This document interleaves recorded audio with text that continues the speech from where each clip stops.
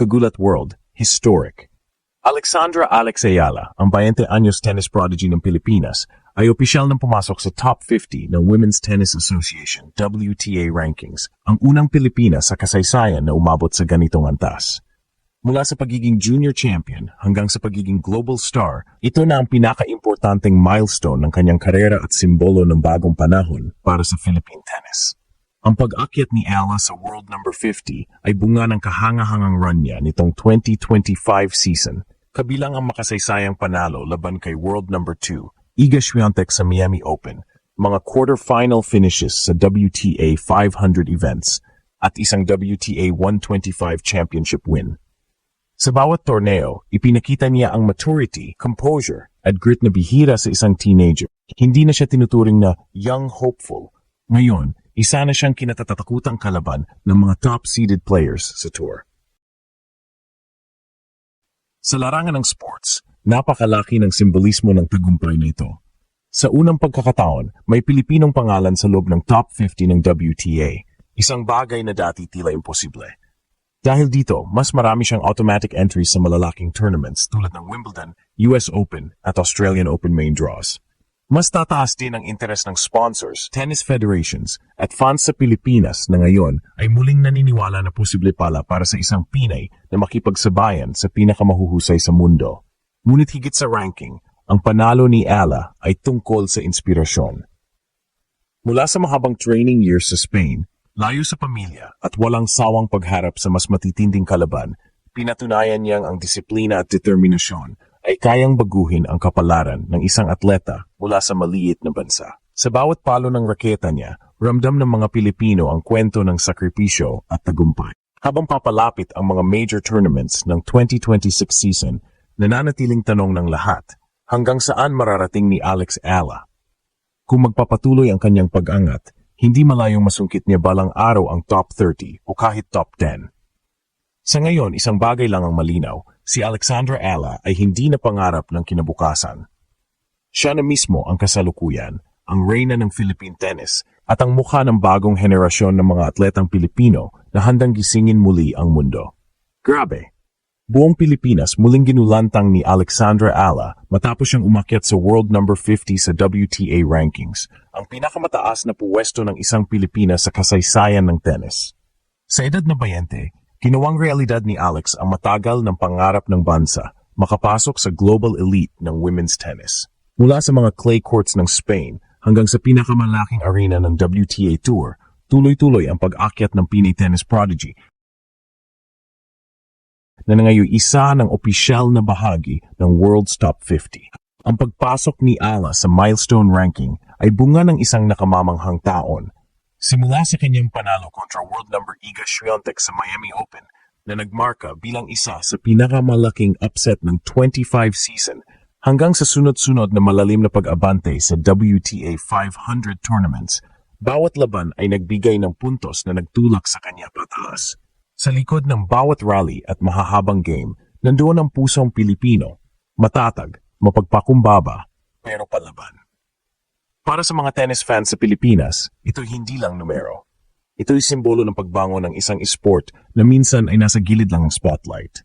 Si Alex Ala ang unang Filipina na tuluyang pumasok sa WTA Top 50, isang tagumpay na magbibigay ng inspirasyon sa mga batang atleta na naniniwalang kahit galing sa maliit na bansa, posible pa ring makipagsabayan sa mga higante ng mundo.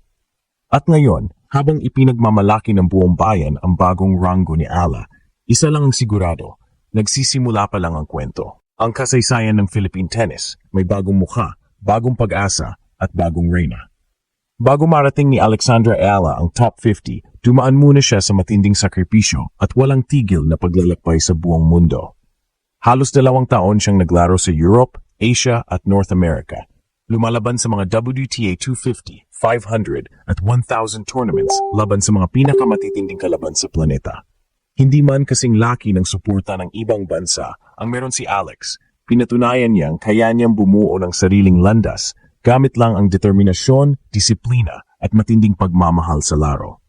Isa sa mga turning points ng kanyang karera ay ang quarterfinal finish sa WTA 1000 Madrid Open kung saan tinalo niya ang dalawang top 20 players bago natalo sa isang classic 3-set thriller.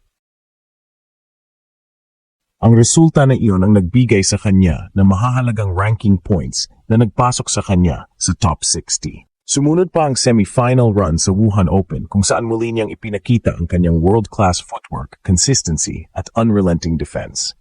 Pero higit sa lahat, naging malaking bahagi ng kanyang pagangat ang disiplina at mindset. Ayon sa kanyang coach mula sa Rafa Nadal Academy, Alex works like she's already in the top 10. Focus, recovery, nutrition, everything is on point. Sa loob ng court, kilala si Ala sa kanyang composure kahit sa pinakamainit na pressure moments, isang katangian na bihirang taglayin ng mga teenager sa pro circuit. Sa ngayon, plano ni Ala na magpahinga sandali bago sumabak muli sa Australian Open 2026 kung saan siya ay magiging isa sa mga seeded players, isang bagay na noon ay tila imposible para sa isang Filipina.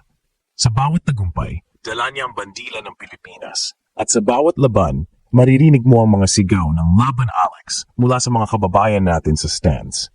Hindi lang siya basta tennis player. Isa siyang simbolo ng bagong henerasyon ng mga Pilipinong atleta na handang harapin ang mundo, matapang, makabayan at walang atrasan.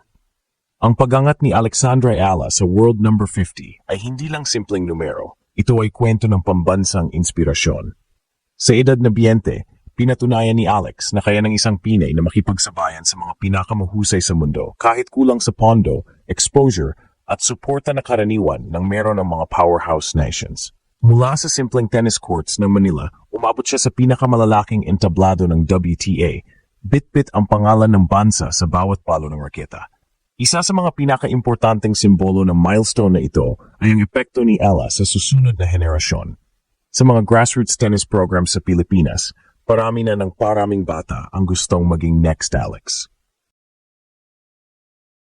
Ang mga coach sa local clubs ay nagsasabing dumoble ang interes sa tennis sa mga probinsya matapos ang sunod-sunod na tagumpay ni Ala sa international circuit. Sa social media, trending ang Proudly Pinay at iAla 50 na nagsisilbing patunay ng pagbabalik ng tiwala ng mga Pilipino sa kakayahan ng sariling atleta.